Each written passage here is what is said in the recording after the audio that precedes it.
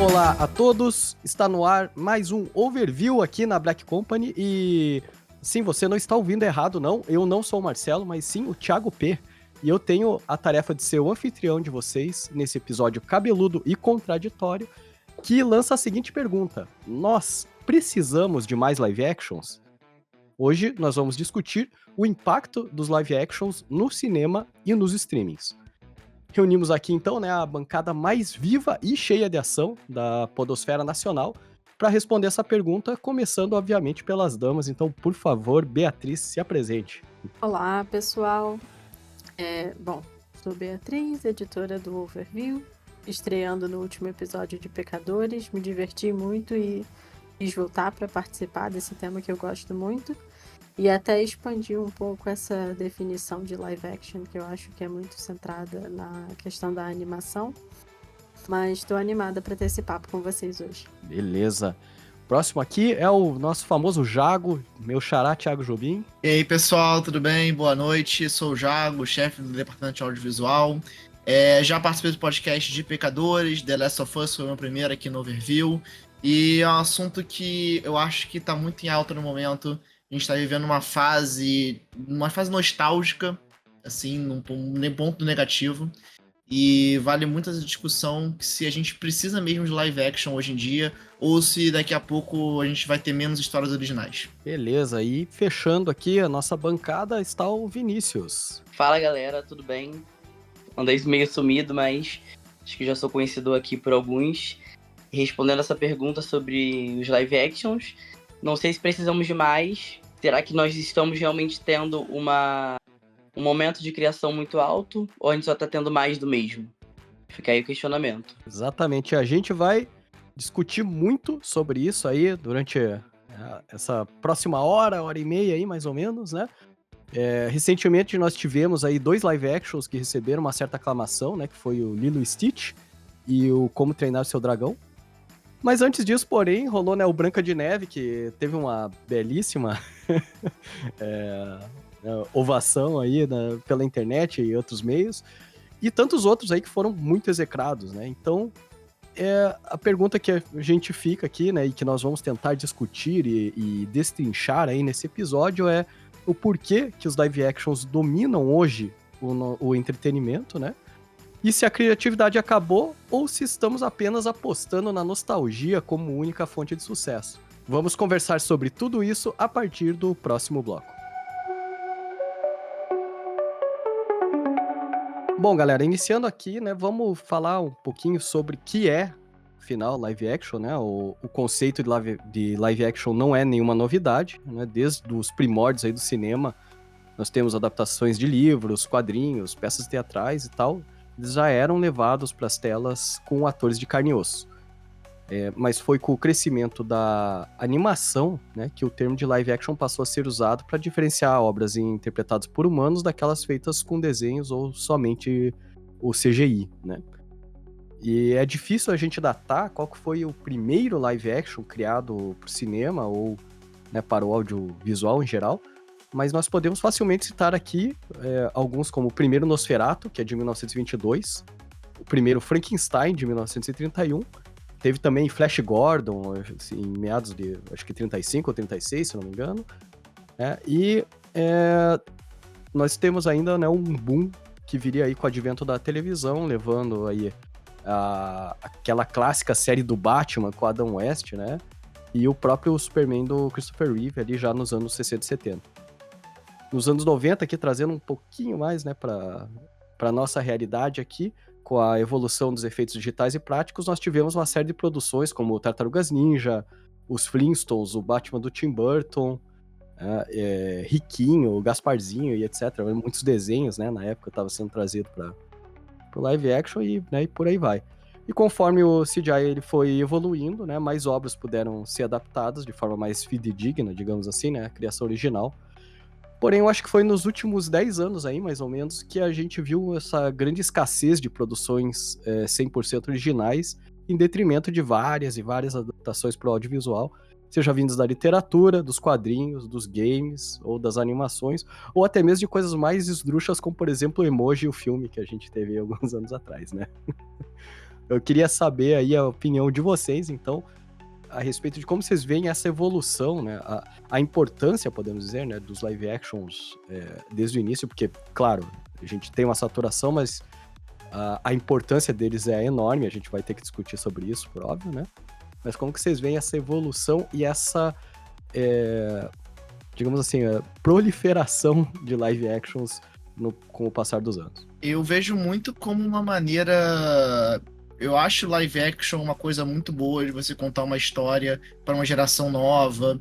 Mas hoje em dia, pelo menos, eu acredito muito que o live action seguiu por um caminho de que toda animação que foi popular, a maneira mais fácil de conseguir um dinheiro é você recapitulando essa história. E aí a gente chega com um ponto que era muito bom, mas hoje em dia já tá ficando muito lucrativo, que é a nostalgia. Então, eu imagino pelo menos que a nostalgia hoje em dia é um efeito muito negativo, porque não importa o filme que a gente assista, a animação mais casa, que geralmente sai mais live action, e a gente vê muito disso. Então, por exemplo, Moana, né, que lançou não tem nem 10 anos, já tá saindo live action agora. A gente teve agora também. Aí a gente já tem uma outra coisa que é um live action que muda a história do conto original. Então a gente tem Branca de Neve, que lançou esse ano. E a gente chega num ponto, pelo menos que eu me pergunto, que é o quanto a gente está indo no sentido de live action para mudar a história, porque a sociedade às vezes pede para mudar essa história. Eu acho que não é de hoje que a gente tem recebido live actions que não surpreendem, né? Acho que muito pelo contrário, eles têm decepcionado o grande público cada vez mais. Eu acho que há pouco tempo atrás lançou o Madame Teia, né? Que foi um fracasso total assim, total mesmo. Ele ganhou prêmios de pior atriz, pior filme, pior produção, porque realmente foi muito ruim. E tem outros exemplos também, né? Só quero aproveitar esse teu gancho, porque assim, você falou do Madame Teia, e eu acho que esse é um ponto muito, muito legal da gente pegar a questão dos live actions, que é a pergunta do por que lançar um determinado live action, né? Afinal, cara, Madame Teia é uma personagem série D do Homem-Aranha, né? Dos quadrinhos do Homem-Aranha. Assim como teve o Morbius um pouco tempo antes também, né? Que também foi muito execrado e tal. Por que essa seleção, né, de personagens para apresentar na tela? Teve o Kraven, né? Faz pouco tempo também, que também, nossa, foi muito xingado, né? Da forma que foi feito. E é triste da gente ver que, por exemplo, a Sony, né? Pegando esses live actions e fazendo simplesmente para poder manter aquele contrato que eles têm, que eles seguram já há quase 30 anos ali, dos direitos autorais, né, do Homem-Aranha e tudo mais. Então eles acabam fazendo filmes horríveis, mal feitos, né, enfim, mal roteirizados, mal dirigidos, feitos nas coxas mesmo, simplesmente para manter algo dessa forma, né? Então já temos aí um ponto bem negativo dos live actions nesse ponto. Mas desculpa te cortar, pode continuar aí, por favor. Não, mas acho que era só isso mesmo. Eu não sei se a criatividade acabou ou se eles apostam muito numa nostalgia como a única fonte de produção. Assim, não tenho que produzir, vou pegar uma coisa que em algum outro momento já fez muito sucesso, ou também não, né, no caso da Madame Teia, e vou produzir um filme live action daquilo e torcer para que dê certo, e normalmente não dá. Tal como também tem filmes que fizeram muito sucesso enquanto animações que não deram certo nas telas, né? Como live action, que é o caso de A Bela e a Fera. Não, mas, cara, se a gente pegar nessa linha, você tem o próprio Aladdin, né? Que teve com o Will Smith e tudo mais. Tem o... Mulan, né? Mulan também teve o Mulan, super teve a Gata Borralheira, que, cara, ninguém fala desse filme. Teve live action da Gata Borralheira? Teve, A Gata Borralheira Cinderela, da né? Cinderela. Mas Desculpa, eu é acho que esse live eu action sou uma muito pessoa bom. velha, daí eu só lembro desses nomes antigos. Mas assim, foi o live action, cara, totalmente esquecível. Ninguém fala dele. Sim. Nem que ele foi bom, nem que ele foi ruim. Simplesmente só não fala. Sim, Cruella é também é Tudo outro que foi esquecido. Cruella foi esquecido, né? Eu acho que desses aí, né, que a gente tá, né, nesse caso aí, pensando na Disney, eu acho que o Malévola foi o que mais fez um certo sucesso, né? E realmente, sim, eu, pelo menos, eu achei um filme bem ok, assim, então... E agora o Lilo e Stitch, né? Que também continua no cinema e parece que deu bastante certo. Esse eu não assisti ainda, e eu tenho um certo receio, porque, assim, eu adoro o desenho original, né? Uhum. E eu tenho aquele medo, né, de... Não querendo ser aquele cara chato que fala, estragaram minha infância, né? Mesmo porque quando eu assisti Lilo e Stitch eu já era adulto, mas... Mas é o medo de... É o mesmo medo que eu tô com o do Como Treinar o Seu Dragão, que é uma das animações que eu mais gosto no mundo, e já me falaram que, assim, é basicamente a mesma história, só que só transformado, e daí eu só me questiono do porquê, então, sabe? Pois é, eu penso a mesma coisa, porque o live action costuma ser, a ideia seria ser uma releitura da peça, da obra original, só que, né, com seres humanos. E aí eles pegam exatamente a mesma história, o mesmo molde e só colocam em outro formato. Pra mim não faz sentido, porque é mais do mesmo, Uhum. né?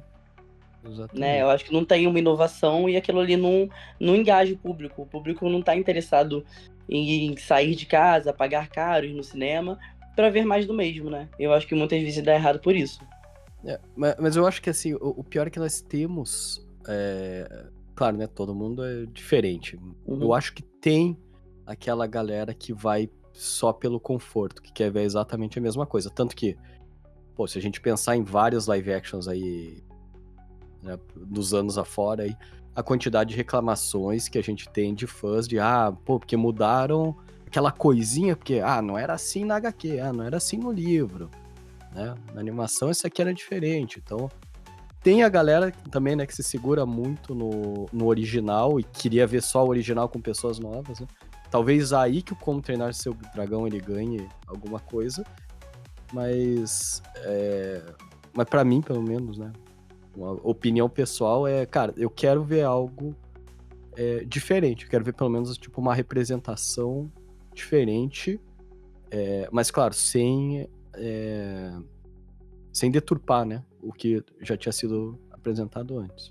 E trazendo um ponto até que o Vinícius comentou, que ele falou sobre as pessoas às vezes não pagarem para ir ver o filme que já conheceram. As pessoas preferem fazer isso, porque o cinema já é caro por si só, e é mais fácil você arriscar num personagem já conhecido ou numa história já popular e pagar o ingresso mais caro que você sabe que é um bom filme, do que você pegar uma nova, e eu digo IP por ser muito dado pra games, mas uma nova história, novos personagens, e você apostar e você não saber se é uma coisa boa ou uma coisa ruim. Eu acho que é justamente a questão dessa questão que o Thiago falou, da zona de conforto, né? De você se sentir 100% confortável com uma coisa que você já conhece. Eu acho que é menos risco. Embora eu, particularmente, não goste muito de ver mais do mesmo, mas eu abro exceções. Por exemplo, eu queria, quando lançou a Pequena Sereia, eu já sabia que o filme seria muito fiel, mas eu quis muito assistir, que foi o mesmo caso de Lilo e Stitch. Tinha alguns detalhes diferentes, mas o filme em geral tinha a mesma premissa da animação. Eu também gostei bastante. Tô animado e ansioso para assistir Como Treinar o Seu Dragão, que eu já sei que, né, pelo que todos estão falando, é bem parecido, mas acho que são casos bem específicos, no meu caso. E essa questão que a gente está falando tanto da nostalgia quanto da zona de conforto, a gente está falando um pouco pelo ponto de vista do espectador, né? Eu também acho que tem por parte das produtoras e os streamings aquela questão e já que a gente está falando de live action, não só de adaptação de animação, mas também de livro, HQ, videogame, tem por parte das produtoras aquela aposta de, eu vou estar criando, entre muitas aspas, uma história que já tem um público fiel. Alguns milhões aí já vão querer assistir, talvez pelo carisma do personagem.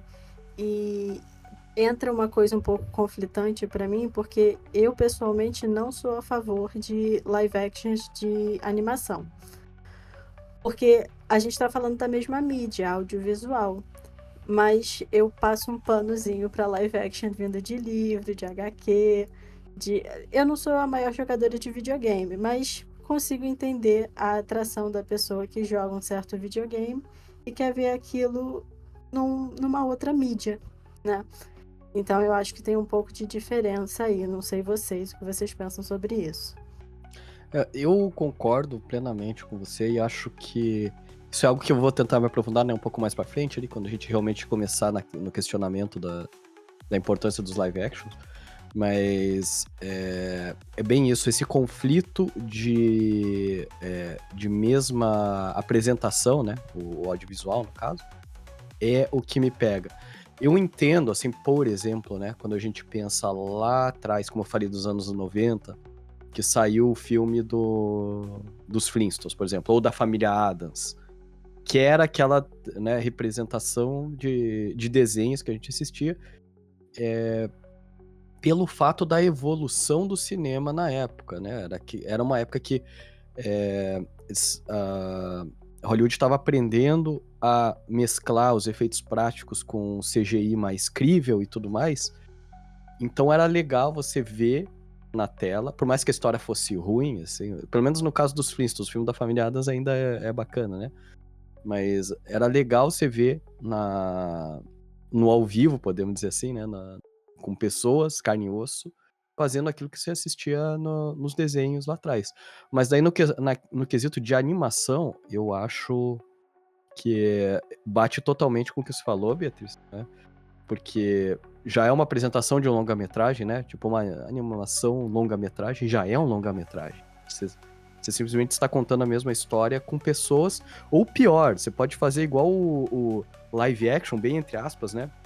Do Rei Leão, que simplesmente é um bando de CGI contando a mesma história de um desenho, cara. Esse pra mim, assim, foi foi o momento que eu falei, cara, eu acho que agora vocês passaram de um ponto, sabe? E contando a história, como você falou, não é um live action porque é CGI, né? E contando a história de uma forma pior, na minha opinião, porque Sim. uma das coisas que eu acho que encantam na animação são as músicas. As músicas estão todas cortadas no Rei Leão. Eu fiquei muito frustrada que não tem Se Preparem do Scar no Rei Leão. Como assim você corta isso da história? E tudo bem, não hino, né? promove o Você corta hino, o hino. não promove o roteiro, mas é uma parte muito envolvente da nostalgia. Então, se você tá apostando na nostalgia, faz isso direito, né? E a pior coisa dessa nostalgia que a gente vê agora é que se a gente olhar o top 10, né, a bilheteria, pelo menos no Brasil, o primeiro lugar e o terceiro lugar são live action da Disney, que o primeiro é Lilo e Stitch e o terceiro é Mufasa, é o filme, né, o prequel do Rei Leão. E são duas histórias que completamente refeitas e com, assim, você só precisa ter o CGI, você gasta CGI, mas a história e o roteiro é basicamente o mesmo da animação. E você consegue um dinheiro tão quanto, se não maior, do que o que uma animação original conseguiria. Nessa quinta-feira agora, dia 19 de junho, vai ter o novo filme da Disney Pixar, Hélio. E eu imagino que não vai fazer o mesmo valor do que fez, por exemplo, o filme do Mufasa. Então é uma coisa que a Disney, ela, em questão até de empresa em geral, as empresas, elas cada vez mais preferem apostar num seguro, que é uma história que já foi conhecida, já foi popular, ao invés de apostar no escuro, dar um tiro no escuro e tentar arriscar uma coisa nova, algo que nunca foi feito, algo que ainda não é muito explorado. E a gente chega num ponto que as empresas preferem isso, e inclusive os consumidores, alguns preferem isso. Eu sou sempre a favor de histórias novas, histórias originais, e principalmente histórias que te cativem, porque não adianta você criar uma história original, uma história que seja completamente nova, mas que ela não tem essência, não tem emoção, não te prende, não te faz querer conhecer ela. Porque um trailer, a maior vantagem dele é te fazer consumir aquilo e falar, pô, ok, essa história é intrigante. Gostei, me apeguei, vou dar uma chance. Se nem o trailer consegue fazer isso, é muito difícil o filme conseguir uma audiência. E esse problema, só pra gente, né, fechar essa primeira parte nossa, esse problema do apostar no seguro não é algo que a gente só sofre no cinema e no audiovisual, né? A gente tem isso muito na parte de literatura, né? Você vê que as próprias editoras elas sempre estão apostando nos mesmos autores, porque eles já fazem sucesso, ou lançando livros de pessoas que já fazem sucesso, não necessariamente que a literatura seja boa, né? Mas é porque já tem um público ali, então é uma venda certa. Nos games a gente vê isso muito, né? Até a galera falando aí, tomara que o mundo não acabe antes de sair o GTA 6, né? Porque a galera... Nossa, se pensar nisso, a Sony é rainha nesse quesito aí de remaster, pelo amor de Deus. Não, exatamente. Então tem o GTA 6, o The Last of Us, que, pô, cara, jogo da minha vida, mas os caras acho que já estão no 5º remake deles. Skyrim, que é outro jogo que eu adoro, os caras todo ano eles lançam o Remaster Overplus .2, agora vai, né? Então, a gente vê isso em todos os tipos de mercado, né? De consumo de entretenimento, felizmente, porque no fim, as coisas sempre se resolvem no dinheiro e ninguém mais quer apostar, galera. Tá querendo só ir no básico e por, né? O Vinícius tinha comentado ali, Madame Teia foi horrível, foi uma bomba, mas se eu não me engano ele se pagou. O Morbius, que foi outra bomba, ele fez o dobro de dinheiro da produção, sabe? E sendo horrível. Então, no fim a galera vai porque quer ver os personagens que eles conhecem de outros locais, né? De outras mídias e tudo mais, e não necessariamente vai achar algo bom, mas mesmo que ele não ache, ele já gastou dinheirinho, né? E já por fez o incrível que dinheiro pareça, pra as quem fez a pessoas, produção. as pessoas preferem assistir um conteúdo vendo que é meme só porque é engraçado. Então você vai no cinema pra dar risada de uma coisa tosca. E isso funciona, porque o TikTok faz muito isso, rede social em geral. Você mostra um filme, Madame Teia, por exemplo, que é uma porcaria, você mostra uma cena e as pessoas falam, pô, ok, vamos reunir todo mundo no cinema e rir dessa cena e dizer que essa cena é espetacular.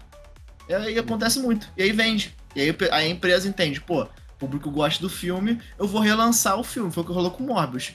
Morbius relançou nos Estados Unidos, ninguém foi ver o filme. Ninguém foi ver o filme, exatamente. O que eu sinceramente achei engraçado esse ponto, tá? Mas né, foi um belo golpe da galera. Eu fui ver esse filme no cinema.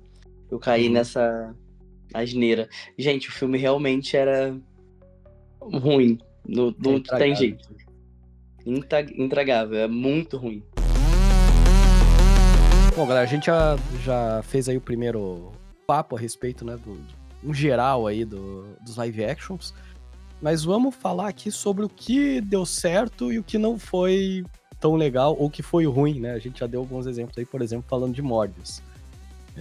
Então eu queria aí, né, cada um pegue aí umas 2 ou 3 obras para ser advogado delas, né? E apresentá-las como uma boa produção e outras para meter o pau mesmo. Bom, o meu primeiro exemplo do que deu certo pra mim é extremamente infantil.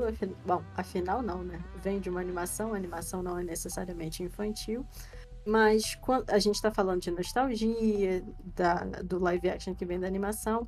Então, por exemplo, quando eu era criança, eu era apaixonada por Ursinho Puff.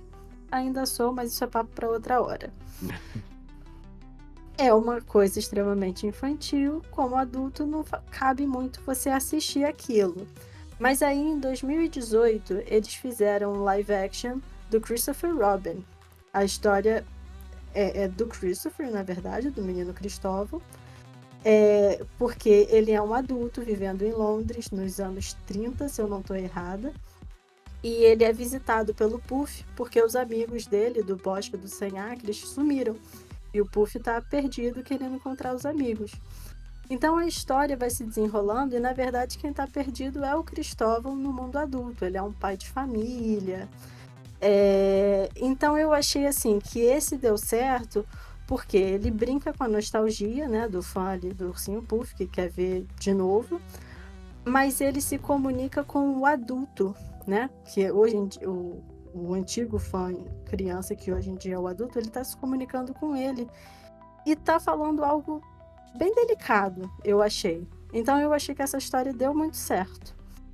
Apesar de é um pouco caça-níquel, porque tá brincando com as suas emoções e tal, mas eu acho que ainda assim ele conseguiu trazer uma mensagem interessante. E eu acho até, não, só aproveitando, porque assim, esse teu exemplo é muito bom, porque ele é um live action, ele suga de uma fonte de nostalgia, mas ele te apresenta algo novo. Eu ia falar exatamente isso. Ele traz algo diferente. Então aí eu vejo um valor. Esse é um exemplo de um bom uso, né, de obras adaptadas para live action, na minha opinião.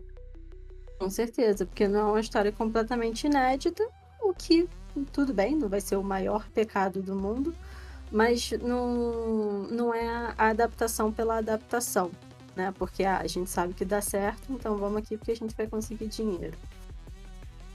Então, o meu exemplo ruim, ele é bom e ruim ao mesmo tempo, que é a adaptação de Kingsman, o quadrinho. Uhum. Eu, particularmente, sou uma fã do primeiro filme. Quando eu vi o trailer, eu pensei, nossa, que filme ruim. Colin Firth tá com dívida na praça pra estar fazendo um filme desse. Mas fui dar a chance. Aí que eu entendi que era uma sátira. Fui apresentada ao mundo, porque eu não conhecia o quadrinho, né? Eu fui apresentada ao mundo ali do X e tal. Achei muito bacana. Então, até aí deu certo, né? Só que aí eu acho que eles se perderam no personagem, principalmente aquele terceiro, que é uma prequel, na verdade. Acho que eles já estavam muito investidos naquele mundo, então resolveram criar aquela história que, minha nossa, acho que cabe até um episódio assim de bombas do audiovisual, que para mim aquele filme é um deles. Porque tudo bem, você não precisa ir assistir ficção para aprender história, porque a representação histórica é terrível. Mas em termos narrativos, ele não se sustenta, ele perde aquela pegada de sátira que ele se propunha tanto no original quanto na adaptação do live action, né, do primeiro filme. Então esse é um caso que eu acho que foi caça-níquel. Tá dando certo? Vamos jogar mais dessa história aqui pro público, ainda que seja uma história muito ruim. E assim, Kingsman tem uma das minhas cenas favoritas do cinema, que é a parte da igreja, né? Quem nunca viu, só procura Kingsman Igreja ou Kingsman Freebird. Vai por mim. Mas eu acho que é aquele problema do caça-níquel, né? Que a gente comentou um pouquinho aí no primeiro bloco, que viram que deu certo, acharam legal e falou, opa, dá pra ganhar mais dinheiro com esse negócio aqui. Só que daí você começa a fugir, digamos assim, da essência da obra original pra fazer algo que tá na sua cabeça, né? Alô aí, galera do Game of Thrones também. Então, eu acho que aí é que mora o problema, né? Então, eu tenho alguns, né, bons. Eu começo com uma adaptação de uma obra literária que virou um live action, né, que é O Diabo Veste Prada, que foi muito aclamado e deu muito certo porque ele é bem fiel, na verdade, ao livro, né? Mas ele foi muito elogiado pelas atuações, pela produção, justamente pela fidelidade. Então acho que foi um filme que deu muito certo e ele acabou virando não sei se dá pra chamar de clássico, né? Não sei se ele é tão antigo assim, mas é um filme que caiu no gosto popular e eu particularmente sempre paro pra ver quando tá assistindo. Não sei se é o mesmo caso de outros. Em contrapartida, eu tenho como ponto negativo O Último Mestre do Ar, que é muito, muito ruim. E gente, assim, é muito ruim, mas eu gosto. Mas ele é muito ruim. Muito, muito, muito ruim.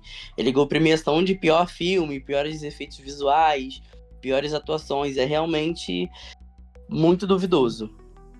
Cara, Mas é muito engraçado que todas as vezes que eu entrei numa discussão sobre live actions ruins, alguém cita Avatar, o Mestre do Ar, cara. É incrível.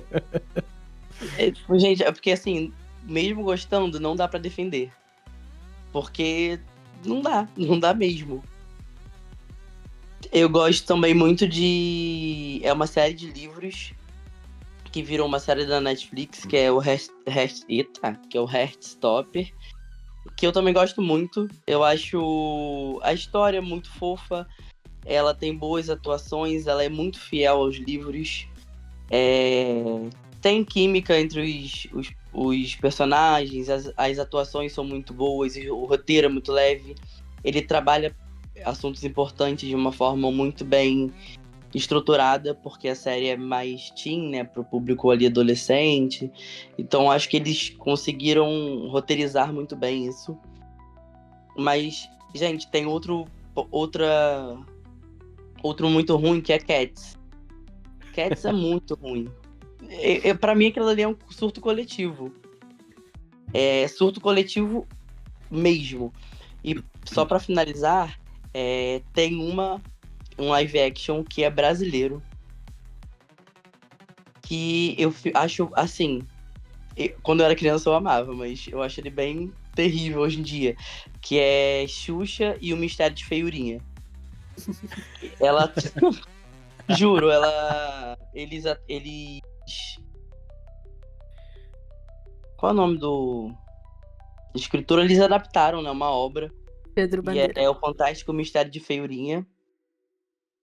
E aí eles colocaram um elenco de peso, assim, entre aspas, porque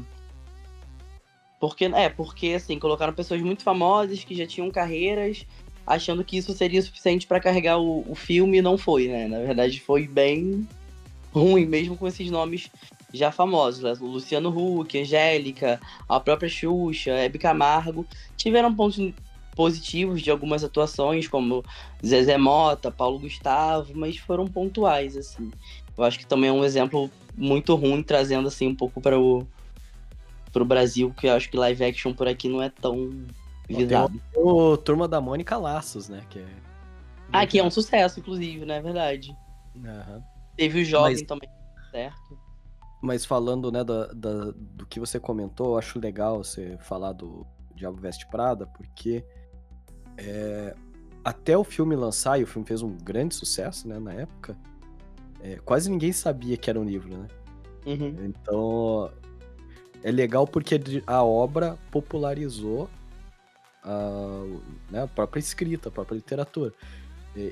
Eu acho que é aí, né, da mesma forma que a gente comentou ali do exemplo da Beatriz, é aí que o live action ele funciona, porque você está apresentando algo que às vezes é nichado para um público geral, mas de uma forma correta, né? Ao contrário do que você falou, né, aí do Mistério do Fiorinha, que provavelmente eles só pegaram e escalaram um monte de gente, mas o roteiro ficou lá atrás, assim, ninguém se preocupou com isso e tal. Só se preocupou em colocar os nomes e fazer dinheiro com isso. Exatamente. Que, na verdade, eu acho até que é um caso que acontece com grandes produções, né? Com certeza. E você, Jago, o que você tem pra apresentar? Cara, eu ia ser o advogado do diabo e só ia falar mal. Porém, sábado, eu assisti Como Treinar Seu Dragão live action. E aí, meu mundo mudou. Olha lá. Porque foi o melhor live action que eu já vi até então. E eu acredito que esse live action é o melhor porque, primeiro, a Universal, ela queria fazer isso por motivo de dinheiro, né? Isso aí não é dúvida pra ninguém. Mas eles fizeram de uma maneira que ficou um pouco mais contida, porque eles chamaram a equipe que produziu a animação, pelo menos o primeiro filme. Então a gente tem o diretor, a gente tem roteiristas, os produtores. Então boa parte da equipe que produziu, né, e sabe da história do Como Treinar Seu Dragão, a essência dele, tava no live action. E só pra contextualizar, é o live action da animação, que a animação é baseada numa adaptação de livros, que os livros são uma porcaria, já digo por si só. São livros quase que infantis, o Banguela é outra pessoa comparada, nem se chama Banguela, eu acho, mas é um dragão, o Soluço é outra pessoa. Enfim. E é muito legal porque o Denis Dubois, quando ele fez uma entrevista, ele falou que a primeira coisa que ele queria era não repetir o erro de trazer um live action que não honrasse as pessoas que assistiram a animação na época. Então ele queria fazer algo diferente, ele queria fazer uma coisa queria contar a mesma história, mas ele queria incrementar. E quando eu saí da sessão, eu senti muito isso, que o melhor live action, pelo menos na minha opinião, é você contar a mesma história, mas você acrescentar elementos que na época você não podia, ou por falta de tempo, ou por falta, às vezes, de não ter o conteúdo da época, que incrementa e você entende melhor a história. Então, por exemplo, um ponto que eu sempre levanto do live action Como Dragão é que ele tem 2 horas de duração. A animação tem 1h30. A animação é perfeita, você é contida, eles explicam tudo muito bem em 1h30. Mas é visível que 1h30 é muito pouco tempo de filme. Ainda mais pra hoje em dia, que hoje em dia a gente, 1h30 de filme é quase nada. Então você percebe que às vezes a história é meio corrida, os personagens não tem muito contexto por trás pra contar por causa da falta de tempo, tem que focar a cena em outra coisa. E no live action eles mudam isso. Então eles trazem mais elementos pra Astrid, por exemplo, por que ela é tão rigorosa com o soluço. A gente entende melhor no live action porque o motivo dela agir assim. Os personagens, né, que são os amigos do soluço, né, o Merequento, os gêmeos, a gente tem um contexto deles, né, um elemento que insere para acrescentar no desenvolvimento do personagem. E principalmente a gente tem também com o próprio Stoico. Então o Stoico, que tem às vezes pouco tempo de tela na animação, ele ganha um destaque maior nesse live action, ele ganha um destaque maior. Inclusive algumas cenas, na minha opinião, são melhores no live action do que na animação, porque eles trazem de uma maneira que fica mais dramática, deixa mais aquele entendimento tipo, cara, ok, ele está irritado, ele está nervoso. Eu percebo isso. Na animação não era mais aquela discussão de tipo, pô, só tô indignado com você, não tô muito alegre. E eu acho que pra mim esse é o mais legal, sabe? Porque, no geral, o live action Como Dragão, ele é um copia e cola, mas ele é um copia e cola que te faz te assistir o filme porque a equipe que produziu tava lá. Então a equipe que produziu, que tem carinho pelo filme, pôde incrementar novos elementos que melhoram a experiência. E trazendo agora um ponto negativo que eu detestei no cinema, achei horroroso, foi o live action do Lilo Stitch. Eu acredito que o live... Agora eu vou ser ruim. Eu acho que o live action do Lilo Stitch é péssimo. Assim, ele ficou extremamente infantil, piadas super sem graça, assim. E a animação, o que mais me irrita, na verdade, é a mensagem que o filme passa. Porque a gente tem aquele clássico, né? O Han significa família e família significa nunca abandonar ou deixar para trás. E no live action, parece que eles falam, ok, essa é a frase. Amassa no papel e joga no lixo. Porque eu não vou entregar spoiler do filme, né? Do final, mas o final é completamente diferente da animação. Pensa que é o outro lado da moeda. A animação tá num lado, o lado completamente oposto é o que o final do Lilo Stitch live action é. E isso pra mim, cara, foi o balde de gota d'água, finalizou pra mim naquele ponto que eu falei, ok, cara, esse filme não é Lilo Stitch, esse filme não é a proposta dele. E mais chato ainda é porque, eu dando belíssimo spoiler, eles mudam o vilão do live action. Então ao invés do o vilão da animação é uma pessoa. Essa pessoa não existe no live action. E eles alteram pra outro personagem. E esse personagem, ele não faz sentido como vilão porque ele não é pra ser um vilão.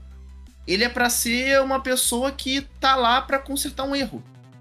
E eu acho que isso é o que mais chateia.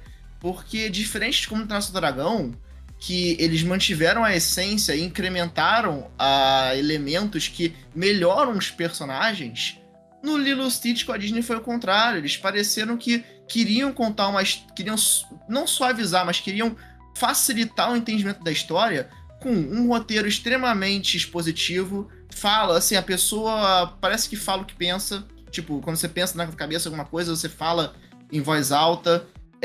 Você tem piadinhas infantis para as crianças poderem dar risada, se enturmar com o Stitch. Você tem cenas que não fazem nenhum sentido, que são sem graças, que não incrementam em nada, que não trazem nenhum elemento para a história para você falar, poxa, ok, a Lilo e o Stitch estão se entendendo. O live action não traz isso, sabe? Então, no fim das contas, o live action do Stitch é o quê? 1h40 de duração que você não vê nada. Você não vê nem o entendimento da história, porque no final das contas, o que a gente quer ver, pelo menos eu vejo muito assim quando eu vou ver um filme, que eu quero ir no cinema assistir, é assistir uma história e essa história ter um desenvolvimento e ela fechar num ponto que as coisas melhoram. E o live action do Stitch não mostra esse desenvolvimento. Ele só começa de evolução, né? Não tem evolução. Ele começa de uma forma e finaliza de outra, mas sabe quando você vai ver um filme e aquilo acontece não por motivos naturais, não por situação adversa da vida, mas porque o roteiro pede. Você percebe que o roteiro, ok, o roteiro tem que pedir para esses dois ficarem juntos, mas esses dois não parecem que vão ficar juntos. Mas beleza, eles têm que ficar juntos. Aí rola alguma coisa, do nada eles falam, pô, ok, tamo junto. E isso é o que mais me incomoda nessa live action do Stitch, porque no final das contas, eu gosto de rir de piada, assim, eu ri de algumas piadas do filme. Mas, sabe, você sai eu saí do live action do Stitch com dinheiro jogado fora. Porque eu queria ver uma história significativa, eu queria ver um desenvolvimento significativo. E eu saí com piadinhas bocós que eu vejo no Instagram em um minuto. Uhum. Aí, mais uma vez, né? A falta do roteiro trabalhar em prol, né, do que a gente quer apresentar. E é bizarro nesse caso do Lilo e Stitch, né? Porque você já tem uma obra, né, assim como a Beatriz já falou, né? Tipo, já existe ali um longa-metragem disso, só que é uma animação, que conta a história de uma forma concisa. E os caras falam assim, não, vamos modificar um pouco, eles conseguem estragar essa história. Mas como eu comentei antes, eu gosto desses live actions que conseguem apresentar algo que é muito bom, mas é meio nichado, e apresentar para um grande público para que se torne mais conhecido. Então, para mim, os dois cases de sucesso, na minha opinião, é a trilogia do Senhor dos Anéis, né, que trouxe tipo toda a história do Tolkien. E assim, óbvio, né, que tinha gente que leu Tolkien antes e tudo mais. Mas depois do filme, cara, aí até hoje, né, você tem gente falando de Tolkien, apresentando Tolkien pros seus filhos e as crianças lendo, né, de volta. Tudo por causa de um filme que foi feito há, né, acreditem, 25 anos atrás. E que até hoje ainda é muito bom, né.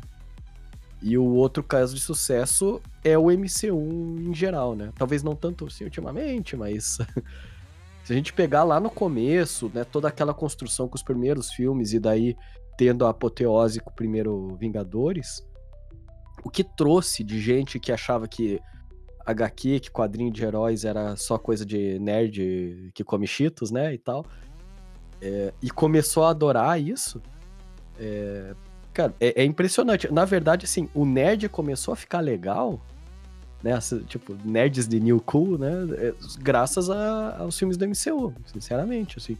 Tem um amigo meu que brinca, que fala assim, pô, eu consegui namorada só porque eu sabia as coisas dos filmes do MCU e elas vinham perguntar pra mim e eu explicava, né? Então, eu acho que esse é o mérito de live actions que são feitos de forma boa pra apresentar algo que é nichado, né? E colocar isso, né, pra um grande público, pra esse grande público poder absorver também essas coisas que são boas. E agora, se eu for falar de live action ruim, cara, a gente vai ficar até amanhã aqui. Então, eu não vou selecionar nenhum, que eu vou esperar pra meter o pau nos próximos blocos aí, em pontos específicos, tá? Fica só aí com a parte boa aí, por enquanto. E, Beatriz, se tem mais algum aí pra falar, né, que você comentou um só de cada, e você pareceu que queria falar mais, então manda ver. Olha, eu acho que os casos ruins, eu acho que eu vou fazer coro com você e vou guardar pra gente poder estraçalhar eles com propriedade. Mas um caso bom, no caso o Vinícius já mencionou, foi o Heartstopper, que eu concordo que é uma série excelente. E isso um pouquinho que a gente já falou também, né? Por exemplo, quando o Heartstopper saiu, o quadrinho, eu já não era o público-alvo, né? Já estava na fase adulta, ele era uma coisa mais jovem adulto. Então eu nem tomei conhecimento que existia. Mas aí a partir do momento que você tem a série na Netflix, temática LGBTQ já me chamou a atenção. Então eu dei a chance, né? E fiquei surpreendida muito positivamente porque me apresentou algo que, se fosse só pela literatura, eu não teria tido acesso. Então eu acho que nesses casos os live actions acertam bastante, né? Outro exemplo, talvez um pouco na linha do Senhor dos Anéis, é o Orgulho e Preconceito, de 2005. Sim, Que já é um clássico moderno, praticamente, né? O filme, o livro, obviamente, é um clássico. É um clássico clássico mesmo. É um clássico clássico. Que é como o Tolkien, né? Ninguém precisava ser apresentado a Jane Austen em 2005, porque ela já era um marco na literatura mundial. Mas eu acho que é um caso que enriquece a história original, mesmo não tendo, vamos dar tons modernos a essa história, porque já passou muito tempo e tal. Mantém os eventos do livro, mas, bom, a sensibilidade sempre vai ser moderna, né? Sempre vai ser do tempo que é feito. E é um filme, assim, que eu amo de paixão. E eu acho que é um baita exemplo de sucesso. Ele e o Desejo e Reparação, que também é baseado em livro, do mesmo diretor, né? O Ian McEwan é o autor do livro. Enfim, me fugiu o nome dele agora. Não vou lembrar também. Mas mas isso... é um outro grande exemplo de live action, na minha opinião. E isso que você falou, eu também acho que é legal, que você pega, por exemplo, né, o Orgulho e Preconceito e traz por uma abordagem ou até mesmo um dinamismo maior, né? Porque, querendo ou não, é um pouco difícil você pegar algumas obras mais antigas e falar assim, não, eu vou ler, né? E às vezes é complicado. Pô, Senhor dos Anéis, se você for ler inteiro, é 1.400 páginas, né? E muito descritivo, aquela coisa. Então, era uma literatura que antigamente funcionava muito bem, porque trabalhava muito com o imaginário, mas hoje que a gente tem tantas fontes de exibição, esse descritivo já não é tão mais necessário. Lá era muito necessário, na época, porque era algo totalmente novo. Pô, ninguém sabia direito o que era elfo, né? Como é que podiam ser as paisagens e tudo mais. Hoje a gente tem isso em qualquer tipo de produção. Então você consegue trazer um dinamismo para a obra, né, em si, para o audiovisual, podemos dizer assim, que fique mais fácil, mais palatável para o público, que não necessariamente precise ler, mas de repente gosta tanto disso que vai lá e vai se aventurar na leitura, né? E nesses casos específicos, né, dos livros e tudo mais, mas funciona a mesma coisa para as HQs, funciona até mesmo para animações mais antigas, que de repente, né, a narração hoje já não funciona tão bem, mas se apresentando de uma forma mais dinâmica, você consegue fazer o público entender hoje como é que é a história e ela consumir o que é mais antigo e ainda apreciar aquilo da mesma forma.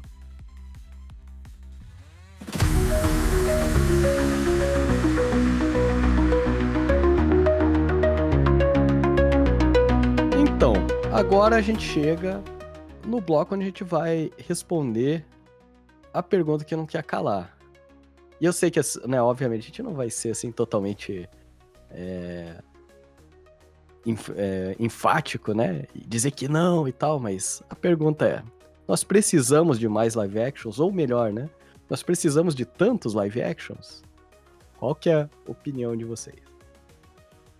Cara, eu acredito que sim, precisamos, mas feitos com qualidade. Eu acho que roteiros coesos, bem feitos com vontade, com dedicação. Acho que uma boa direção, fidelidade se for inspirado diretamente em alguma obra que já existe.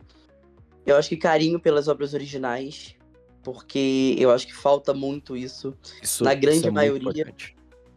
Mas eu acho que todos entendemos que uma adaptação não precisa ser 100% igual à obra original. Mas eu acho que seguindo ali a mesma essência, acho que a qualidade principalmente, o propósito e a proposta da obra original, eu acho que dá certo. Porque eu acho que quando vem só com a intenção de lucro de aproveitar o hype que aquilo já teve ou tá tendo no momento. Porque, por exemplo, eu sou professor, né? E antes do live action de Lilo e Stitch ser lançado, o Stitch tava num hype absurdo. Era caderno, lápis, era bichinho, roupa, era croque, tinha tudo do Stitch. Tava uma febre absurda, eu não conseguia entender de onde tava vindo aquilo. Logo depois foi anunciado live action. Então Isso acho é a que eles mão invisível do aproveitaram. mercado, cara. Sim, pois é. Cara, tudo vira lucro. E eu acho que quando esse é a única intenção, eu acho que dá certo. Porque nunca tem um bom resultado. E é justamente que ocasiona vários números exorbitantes de live actions que são sempre muito ruins, a qualidade cada vez mais baixa. Eu acho que seguir com a esperança mesmo de que as coisas vão melhorar e que sejam melhores, porque o cenário atual tá meio tenebroso. Eu já sou um cara que eu vou pro lado de que não precisa, e eu vou até além. Eu acho que Hollywood, a gente vai sofrer muito se continuar com live action. Porque a Bia trouxe uma matéria, vou deixar depois ela falar melhor, porque foi ela que trouxe, mas só trazendo um ponto, levantando o que eu quero trazer. Imagina daqui a 20 anos, 10, 20 anos, a gente vai estar num momento que live action, cara, agora é a nova tendência. Cada vez mais tem live actions de adaptações de histórias antigas. Onde a gente vai ficar pra ver o filme? A gente vai abrir a TV, vai abrir o streaming e vai falar, ok, já vi esse, já vi esse, já vi esse. Desliga a TV. Você não quer ver. Aí você vai repetir o mesmo filme que você já viu e não vale a pena. E eu acho que, pra mim, esse é um medo do live action. Porque eu acho que a gente tem que se... Eu boto muito isso na tecla, mas a gente tem que seguir o exemplo do que foi Pecadores, que a Warner trouxe, e o Ryan Coogler dirigiu.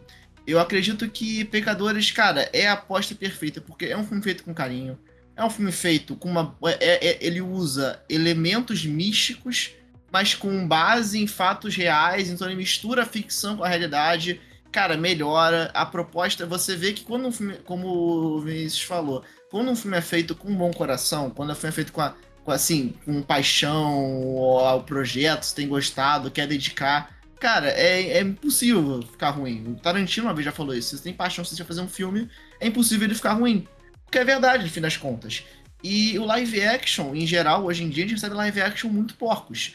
Temos como Traço Dragão, com exceção, que foi muito bom, mas eu, honestamente, acho que não precisava de live action do Traço Dragão. Assim como não precisava do Mowgli, que eu acho fantástico, o Mowgli live action na Disney. Eu não acho que precisava do Rei Leão, eu não acho que precisava de nenhum. Até Malévola elas precisavam, Malévola já é um caso à parte. Mas eu acho que live action, ele tem que vir quando a história já não é tão conhecida. Então, que eu trouxe Malévola, por exemplo.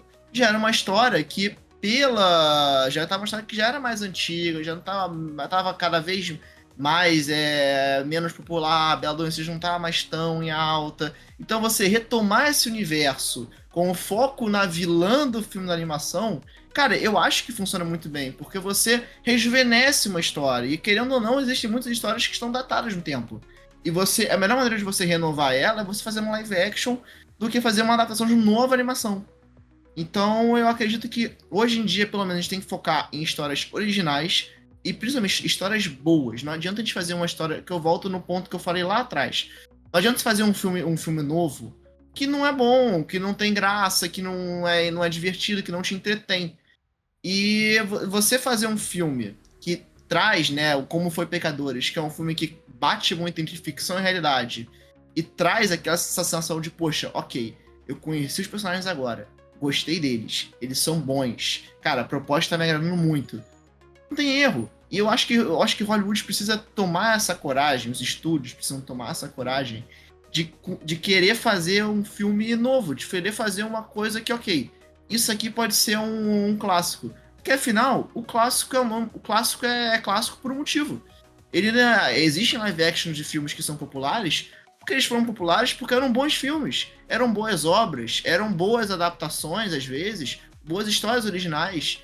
Então, assim, se a gente ficar revivendo os clássicos da época, daqui a 10, 20 anos a gente vai poder reviver os clássicos de novo. Porque a gente está revivendo os clássicos dos clássicos. A gente está vivendo mais no passado do que olhando para o futuro e criando novas histórias.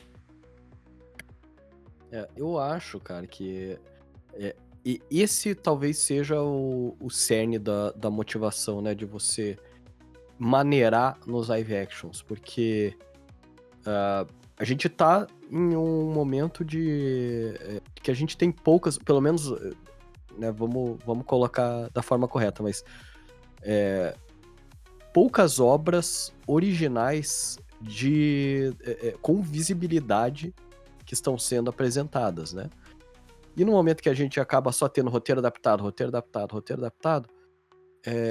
vai chegar um momento em que você não tem mais roteiro original para adaptar, né?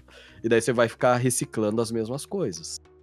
A gente tem aí o exemplo de estar indo pro terceiro filme do Quarteto Fantástico, que os outros dois não deram certo, né? A gente tem a própria o Pinóquio, acho que já tem uns 3 filmes do Pinóquio, se eu não me engano, cada um com uma abordagem diferente.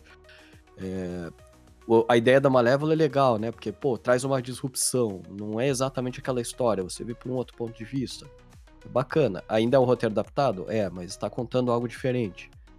E esse é o problema de sempre contar as mesmas coisas ou coisas parecidas, mudando uma coisa ou outra, ou contando a história, tentando modificar um pouco mais com o roteiro porco, simplesmente para poder vender bonequinho, né? Igual o Vinícius falou. Esse é o grande problema dos live actions. A gente não estaria fazendo esse programa discutindo aqui se fosse apresentado somente obras que fossem de qualidade. A gente já falou de várias aqui, e é óbvio, né?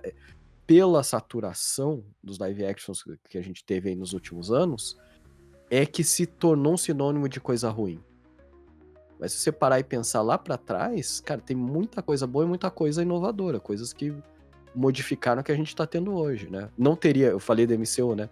Não existiria o MCU se não tivesse o filme dos X-Men lá dos anos 2000. Que inclusive eu Não- gosto muito. Cara, eu adoro. Pra mim, a abertura de X-Men 2 é uma das melhores aberturas do cinema, assim, que é a invasão do Noturno na Casa Branca e tal, com a música clássica, né, orquestrada. Aquilo lá é coisa linda.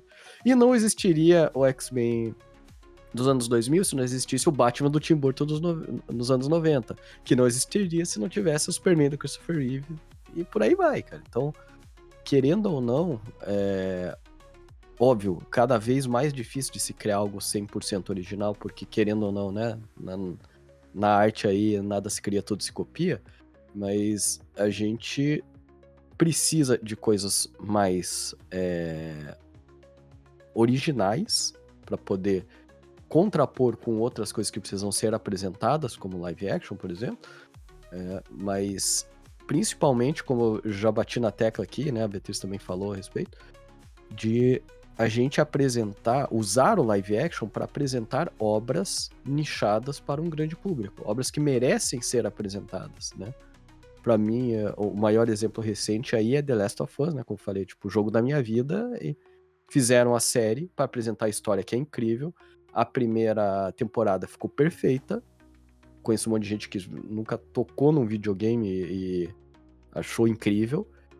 Só que daí é aquele negócio, né? Que começam a abusar, já viram uma segunda temporada que podia virar uma terceira, que podia virar uma quarta, foram lá e estragaram no roteiro. Então, Nem fala, cara. Nossa, então, tenho tristeza. pois é, ainda que eu tenha gostado da segunda temporada, mas eu só gostei, eu não asmei, né? Então, esse é o grande problema de trabalhar com live action também, né? Que é o caso do Kingsman que a gente comentou, né? Começa a crescer os olhos e da galera fala, não dá pra ganhar dinheiro com isso, daí vamos espremer até o máximo. E, cara, chega uma hora que satura, que não dá certo. E, pra mim, o grande problema, tipo, o maior de todos, é que live action custa caro, né? Claro, assim, se a gente pegar, por exemplo, Heartstopper, eu acho que é um ótimo exemplo de live action que, nossa, não precisa de uma superprodução e tal, porque é algo muito pé no chão. Mas se a gente pensar na maioria dos live actions aí, cara, é CGI pra tudo quanto é lado, né? É custo de pós-produção e etc. Então, são custos que estão tirando dinheiro de outras obras que poderiam ser produzidas pelas mesmas produtoras, né? Obras originais, obras que poderiam fazer sucesso com uma boa apresentação, só que daí às vezes o que acontece é exatamente por essa necessidade de lançar coisa nova e lançar rápido e lançar o próximo sucesso, que daí ultimamente a gente tem visto, né, um monte de filmes com uma pós-produção terrível, que parece que foi feito nas coxas, porque tá todo mundo ou sendo muito apressado ou enxugando dinheiro para poder apresentar esses grandes blockbusters aí, que na verdade são reciclagens de outras coisas que já foram feitas. E na direção do Bob Iger, que pra quem não sabe, Bob Iger é quem cuida da Disney, né? O CEO da Walt Disney em geral. Uhum. O Bob Iger, ele falou que ele queria focar em histórias já conhecidas para adaptar para o live action, porque a gente tava na recuperação financeira, tava com muito pouco dinheiro, tinha que recuperar. E aí, na hora, pelo menos eu falei, poxa, eles devem estar fazendo esse live action aberto agora, porque eles querem recuperar um dinheiro, sabe que vai fazer muito dinheiro, essas histórias clássicas já vão arrecadar bastante, vai ser um custo mais baixo, porque o roteiro já está pronto, e você vai poder lançar e vai poder ganhar mais dinheiro, com esse dinheiro vai poder fazer mais histórias originais. Só que eles meio que esqueceram esse contexto e falaram, ok, live action deu certo, e vamos continuar jogando live action, taca ali live action, taca ali história, taca ali com a história já antiga, agora adaptação, e vai seguindo. E eu tenho um sério medo, inclusive, que eles adaptem live action de Up, cara. Aí eu tenho medo, porque é muito fácil de torcer esse filme, apagar a mensagem, falar que é só um velho que quer pegar um balão e ir pra cachoeira. Sabe, eu tenho muito medo. E, cara, outra coisa, né? Se a Disney tá mal de dinheiro, quem dirá eu, né? Aí, pelo amor de Deus, gente, cara. Tô mal de dinheiro. Quanto está? 1 bilhão. Só ganhei 1 bilhão esse ano. Putz, né? Pô, cadê o nome? Troco do pão. Mas vai lá, Beatriz. Sua opinião. Eu vou dar uma volta, mas eu vou chegar na resposta: devemos ter live actions ou não.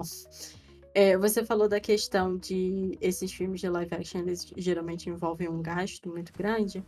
Aí me lembrou do Oscar de 2024, que o Cord Jefferson, ele fez um discurso, ele ganhou por roteiro adaptado, e ele fez um discurso defendendo os filmes de baixo orçamento. E baixo orçamento em Hollywood, a gente está falando 10 milhões, né?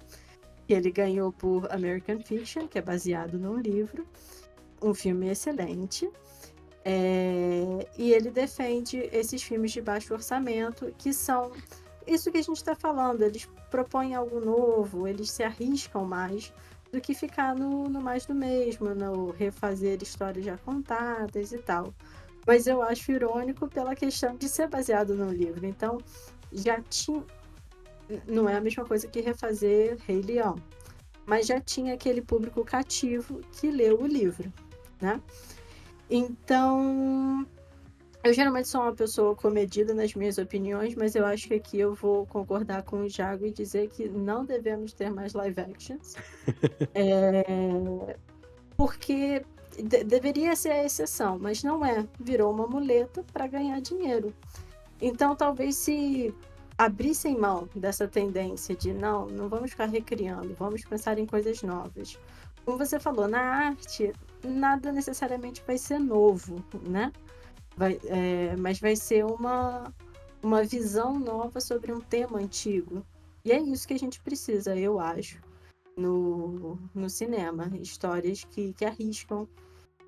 Às vezes vai arriscar e vai ser... não deu muito certo para mim. Mas... É o risco, né? Exatamente, arriscar. Às vezes, né? É ruim, mas... apresentar algo novo, né?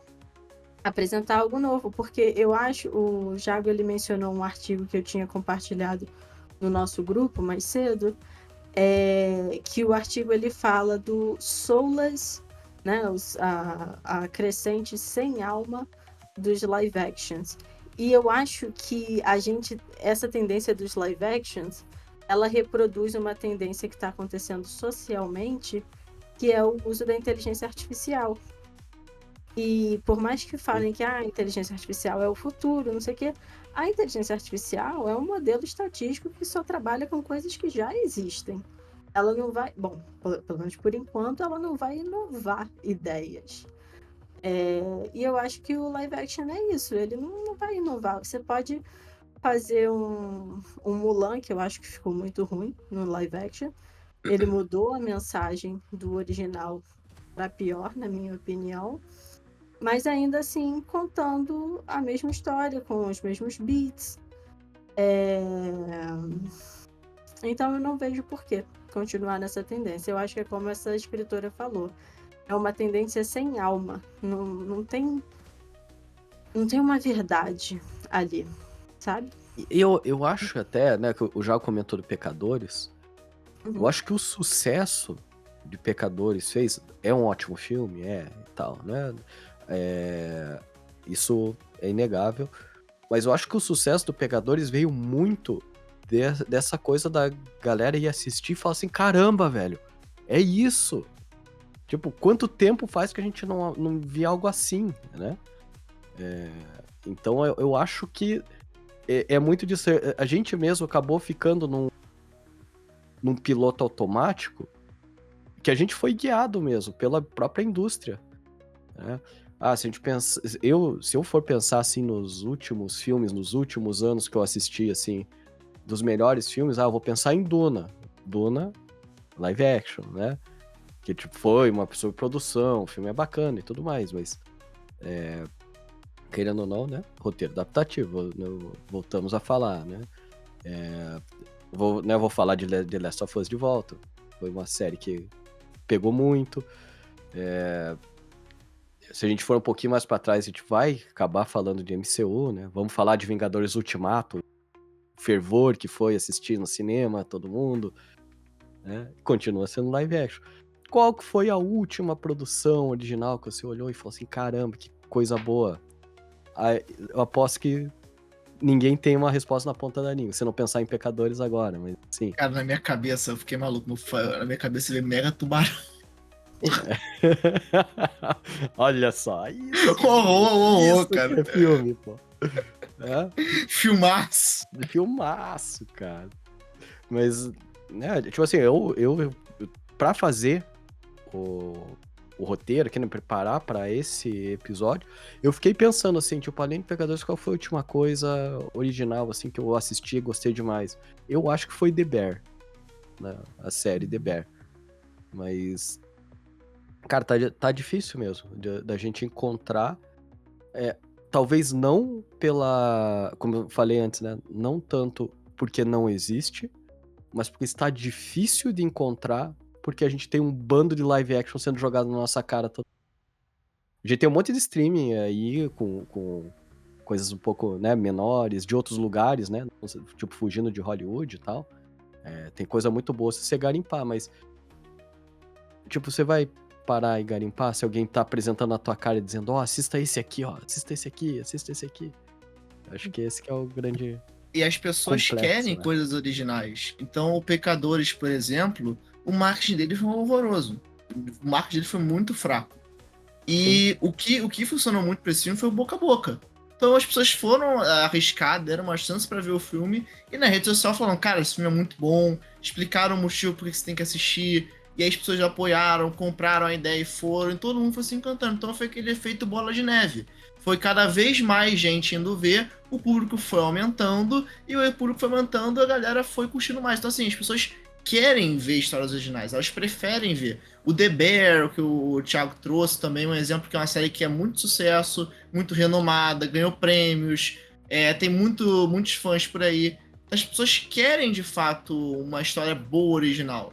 Só que as empresas, elas trazem mais e mais e mais clássicos porque é mais fácil de se fazer. Sim.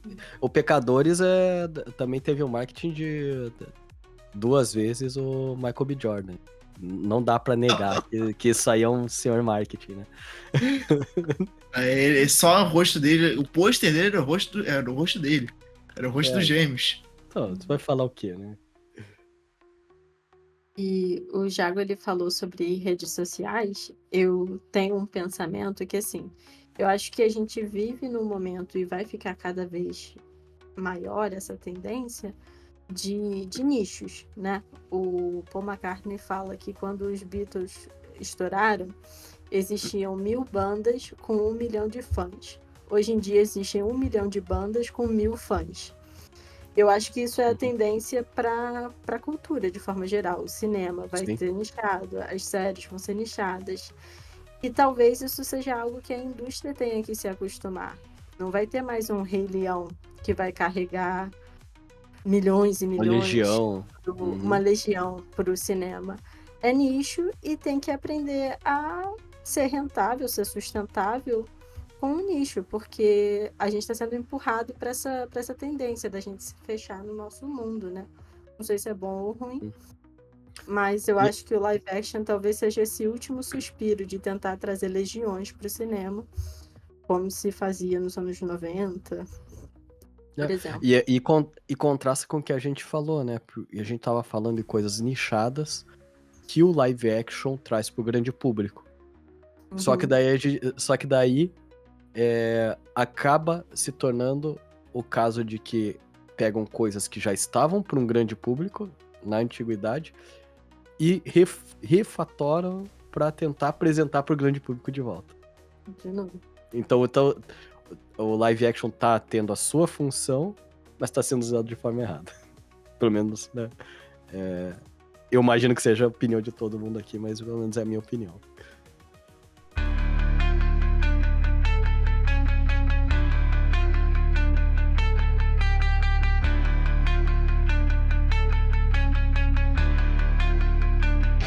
Olha, a gente meteu o pau aqui, né, no conceito de live action, teve opiniões fortes aqui dizendo que não, chega de live action, não quero ver mais nenhum.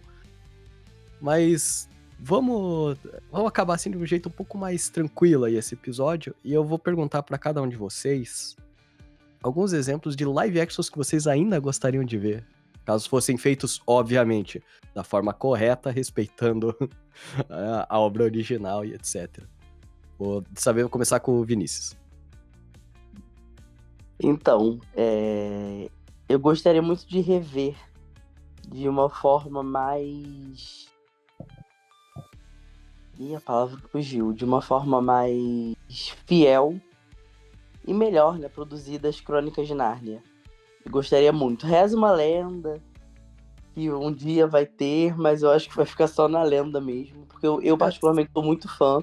Eu li os livros depois de ter visto os filmes e eu gosto muito, muito, muito mesmo. Então, assim, é um sonho que eu tenho. Sempre foi um sonho também ter Harry Potter em formato de série, né? E aí Deus me presenteou com isso e vamos ter, graças a Deus. Porque eu sempre quis mesmo. Eu acho que para ter uma coisa mais estruturada, melhor produzida, melhor explicada, para quem não lê os livros, né? Porque nem todo mundo gosta de ler. Eu acho que era um sonho que se tornou realidade. E falando sobre um live action que viria de uma animação, é A Princesa e o Sapo. É um live action que eu gostaria muito de ver, mas sendo muito bem produzido e com um roteiro muito bom. Justamente seria talvez mais do mesmo, mas é um que eu gostaria de ver nas telonas, assim. As Crônicas de Nárnia, se eu não me engano, tá um papo aí de que eles vão refazer, né? Eles vão fazer uma nova... Mas eu acho que é filme, né? Não vai ser série. Eles vão fazer uma nova produção. De novo, né? Reciclando aí. Mas se de repente fizer, né, da forma correta, é uma boa. Eu acho que um exemplo que a gente pode tomar desse foi A Bússola de Ouro, né? Que foi feito um filme lá com a Nicole Kidman, que é muito ruim. Daí depois a HBO fez uma série que ficou ok. Tipo, a primeira temporada é muito boa, depois ela dá uma caída, né? Mas pelo menos honra um pouco mais, né, a obra. Eu entendo você, cara. Acho que é bem por aí. Eu queria algo também mais fiel, e tenho a esperança de que isso aconteça agora, né, aí na frente, que é com os X-Men, que são simplesmente tipo, meus quadrinhos favoritos da vida, cara. Cresci assistindo o desenho, né, na TV Colosso aí, não sei se acho que ninguém aqui dessa bancada tem idade pra isso, mas e ler os quadrinhos e tudo mais, e cara, por mais que o filme, como a gente falou, né, Vinícius, os filmes ali dos anos 2000, a gente tem um certo carinho por eles e tal, mas depois, cara, foi uma derrocada ali, um filme pior que o outro, né? Só, pelo que a gente tava falando, né? Só pra ganhar dinheiro, só pelo caça-níquel, só pra manter os direitos ali com a Fox. Foi Então eu um espero fiasco. que... Não, pois é, fiasqueira, né? Então eu espero que agora, na sua tutela do MCU, que também tá, né, tropeçando aí faz um bom tempo, que eles apresentem algo mais fiel, algo mais... que condiz, né, com o que é apresentado nos quadrinhos, da mesma forma que o X-Men 97 fez aí no Retrosar, que foi incrível, né? Então, essa é a esperança, né? E, cara, e se eu fosse pegar, assim, alguma história que ainda não foi apresentada e tudo mais, eu vou pro lado do videogame e eu queria que contassem de uma forma boa a história dos jogos do Horizon, que é Horizon Zero Dawn e Horizon Forbidden West. Que já tem um papo aí que vai rolar e tal. Ia ter um filme, cancelaram, ou ia ter uma série, cancelaram, mas né, ainda tem um papo aí que Era uma pode série. rolar. Netflix. Pra série, né? Que eu falar que ia colocar a Sage Sink como a Eloy, né? Que é a Max lá do Stranger Things, que eu acho que seria um ótimo casting, mas já morreu essa história. Então, se forem fazer, porque façam, mas pelo amor de Deus, que contem a história direitinho, que uma história muito bacana, muito legal pra apresentar pro grande público, que é aquilo que a gente tava comentando, né? Pegar algo nichado e mostrar pra todo mundo como é bom. Eu tenho 2 exemplos de jogos. Um deles é que vai sair, eu fiquei muito alegre, que é o filme de Ghost of Tsushima. Eu sempre gostei muito da história, quando eu joguei a primeira vez, eu achei espetacular. E sempre me dá aquela vontade de ver, cara, essa história bem feita no cinema, pô, vai ficar muito maneira. E aí, quando eu vi o anúncio, eu falei, ok, tenho esperança. Mas aí lançou o filme de Uncharted e eu fiquei, pô, aí meio que desceu um pouco as minhas expectativas. Mas E tinha tanto potencial, né, tinha cara? tanto potencial, cara. Meu Deus. Mas, pô, Mark Wahlberg e Sullivan, enfim, não sentido nenhum, mas ok. Mas aí, cara, eu tô com esperança, a esperança é a última que morre. Então eu tô com esperança de que, pô, bem dirigido. É o diretor do John Wick, do Ghost of Tsushima. Então, assim, as cenas de ação já tenho esperança que vão ser aquelas mais viscerais, aquelas mais frenéticas, que eu gosto do Ghost of Tsushima nesse ponto. E uma história que eu queria muito ver em formato de filme, ou melhor, de trilogia, é Jack and Dexter. Que era da época lá do PS2, um dos primeiros jogos que o Naughty Dog lançou. O primeiro Jack and Dexter, se não me engano, lançou junto com o PS2 na época, dos anos 2001, por aí. E, cara, eu acho que funciona muito bem a proposta de Jack and Dexter pro cinema como uma trilogia. Porque é uma história que, cara, tem um world building muito bacana. É aquele mundo meio fantasioso. Então dá pra você fazer uma coisa muito interessante com isso. Eu acho também que fica muito legal porque, querendo ou não, é uma história que lembra muito de duas pessoas que não tem nada a ver, se unem em prol de algo maior e acabam virando grandes parceiros. Eu acho que, querendo ou não, essa história consegue vender muito. Ela fica muito boa de se contar. Então eu fico com muita esperança de que algum dia, né, eles adaptem esses dois. Assim, no caso o Ghost of Tsushima já tá saindo, mas eu tenho muita esperança de que eles adaptem Jack and Dexter para as telonas, porque é uma franquia que já tá no esquecimento. A Naughty Dog já meio que deixou ela de lado, assim. Ainda traz referência, nunca esqueceu. Bota em vez em quando homenagem da Last of Us, por exemplo, Remaster. Saiu skin do Jack and Dexter. Mas ainda assim é uma franquia que tá pelos fãs já tá meio esquecida. Então acho que um filme, de repente, é uma maneira muito boa de reviver, né? De volta o que essa história é muito boa e merece ser trazida de novo. Pra mim, indo um pouco na contramão do Vinícius, porque ele falou que ele sempre quis Harry Potter para ter a história mais detalhada. Eu gostaria de ver um Hobbit, um filme só, não aquela palhaçada que o Peter Jackson fez. Porque eu adoro o Hobbit, eu acho que eu gosto até mais do que o Senhor dos Anéis, porque né, é mais enxuto e tal. Mas o filme, eu saí com grandes esperanças do primeiro, não vou negar. Sim. Não gostei do segundo. O terceiro eu falei, o que eu acabei de ver, né? Então talvez Você tá falando... mas eu poderia ter falado com as mesmas palavras. Eu concordo 100% com você. Nossa, então talvez um Hobbit, assim, mais fiel e mais enxuto, né? A gente estava falando da Bússola de Ouro.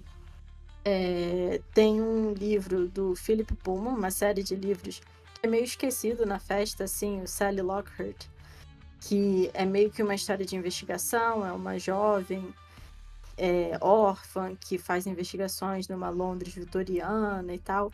Então, pela questão da ambientação, eu acharia muito interessante de assistir, porque ela é para um público infanto-juvenil, mas pode ser assistido por adulto tranquilamente, é bastante interessante. E talvez o único desenho que eu fosse gostar de assistir em live action, e que nunca foi feito em peça, é o Anastácia. Pela questão histórica, né? E aí também não seria para criança, porque como é que você vai mostrar a Revolução Russa para criança, né? Mas ela ali, quando existe a tomada, né, do castelo, a derrocada da família real russa, ela viajando para a França com esses dois golpistas, né? Golpistas. Mas golpistas de bom coração. Então, eu acho que é uma história muito rica. Essa questão da ambientação, eu acho que traria todo um frescor ver o live action, mas aí sei lá, um dos poucos desejos que eu consigo pensar que não ganhou um live action, né? E na verdade é um desenho meio esquecido também, Isso né? que eu ia falar. Esqueci do rolê, cara. Eu adoro ele, nossa. Esquecido, mas é muito bom. Uhum. Eu concordo, são bons exemplos. Inclusive, você me lembrou de um dos melhores live actions que, né, na minha opinião, que já foi feito, que é o V de Vingança, quando você falou na Terra Vitoriana e tudo mais. Que ele fez um senhor trabalho, né, de apresentar algo nichado pro grande público, até chegar ao ponto, né, que começaram, galera revolucionária começou a usar a máscara do V pra coisas que não tem nada a ver com o V. Então chegou a dar a volta. Né? Chegou a deturpar um pouco quem foi, chegou né? a dar a volta e dar errado, assim. Então, você vê o tamanho do filme, né? Mas é um filme, assim, que sempre que possível, né? O Vinícius comentou de algum filme que agora, acho que foi do Diabo Veste Prada, né? V de Vingança é um que se tá passando na TV, eu paro pra ver, que é. Eu pensei em outro live action também, que eu acabei esquecendo de comentar, que é o Menino do Pijama Listrado. Putz, não parando para analisar a obra, porque é uma obra muito triste, mas é uma obra extremamente fiel ao livro. E o livro, inclusive, ele é muito interessante, ele é bem fininho, assim, não é cansativo de ler, e é uma obra que eu acho que é perfeita, assim, em questão de adaptação, né? Não questão do que de fato aconteceu, que eu acho que também a discussão não é. Mas é um filme que tem uma fidelidade muito grande, uma atuação incrível, uma direção muito boa, a trilha sonora do filme também é muito boa. Eu acho que a obra como um todo é muito boa, eu acho que é um exemplo de live action que também deu muito certo. Uhum.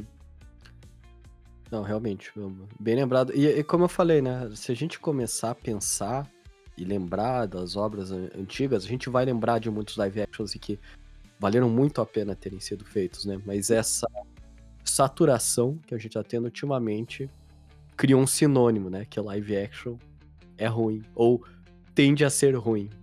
E a gente meio que literalmente tem que pagar pra ver, né? Então... É verdade. Eu acho que esse talvez seja a grande tristeza do legado dos live actions, né? A ideia é boa, é interessante, inclusiva, de certa forma, né? Se a gente pensar a respeito do que pode ser apresentado com ela, mas que foi ultimamente tem sido utilizado apenas como caça-níquel. Bom, galera, para encerrar então esse bate-papo aí, que foi incrível, né? Eu acho que a gente teve ótimos pontos aqui e eu achei legal que a gente quase que chegou num certo consenso no geral, o que eu não esperava. Eu achei que ia ser mais troca de tiro aí, mas alguma consideração final aí que vocês querem deixar a respeito dos live action? Eu queria só trazer o ponto de volta que eu reforcei, que é importante a gente não se apegar ao passado, mas a gente olhar para o futuro. Porque, vamos botar um exemplo aqui meio bobo, a garotada dos anos 90 teve seu Rei Leão. A garotada da geração Z tem que ter agora o seu novo Rei Leão. Não precisa ser igual, mas deu pra entender o ponto que eu tô dizendo. Tem que ter o clássico, ele se constrói por um motivo, porque ele foi um filme muito bom, muito aclamado, fez sucesso. E eu acho que a gente precisa criar clássicos agora de novo. Então, meu apelo é que as empresas, a partir de ano que vem, pelo menos, ou no ano seguinte, comecem a olhar, comecem a ver o mercado e comecem a tentar dar chance para até diretores menores. Porque não é uma coisa de tipo, estamos com poucos diretores, estamos com gente que não consegue investir, não quer inovar. Tem, cara, o tanto que tem de diretor por aí no Instagram fazendo um filme pequeno para divulgar nas redes sociais ou no YouTube. E, cara, é um trabalho muito bem feito, é um trabalho com paixão, é um trabalho que é feito com coração, só gosta do personagem, gosta da história que construiu. Então, existem pessoas que querem fazer esses novos tipos de filmes, eles precisam ter esses holofotes. Então, eu acho que o que a gente pode fazer como público é dar nome às pessoas que merecem serem vistas, para que as empresas comecem a entender que nós, o público, queremos ver esse conteúdo. Queremos ver essas pessoas que estão começando na carreira para fazer seus filmes, para lançarem, para divulgarem para o mundo. Porque aí, como eu falei, a gente cria os nossos clássicos da geração. Bom, galera, então com essa declamação emocionada do Jago, nós finalizamos esse episódio aqui. Obviamente, né, pedindo aí para você que está nos ouvindo, para, né, se curtiu aí o nosso trabalho, por favor, né, deixa aí seu joinha, sua inscrição, seja se você está ouvindo no YouTube, no Spotify ou em qualquer outro agregador de podcasts aí. Considere seguir a gente aí nas redes sociais, @BlackCompanyBR_, para você acessar a gente lá no Instagram e deixar sua opinião lá também. O que você acha? Você acha que já chega de live actions? Pode mandar mais? Quais live actions que você gostaria de ver, né? Então, deixa a sua opinião aí nas nossas redes sociais, deixa aí nos comentários, né, no YouTube e tudo mais, e ajude-nos a aparecer para cada vez mais pessoas, para que, né, os algoritmos aí nos ajudem a apresentar a palavra da Black Company para o mundo. Beleza, pessoal? Então, agradeço aí essa bancada incrível aqui pela discussão, né? Beatriz, Jago, Vinícius, e espero vocês aí no próximo episódio do Overview aqui na Black Company. Até mais.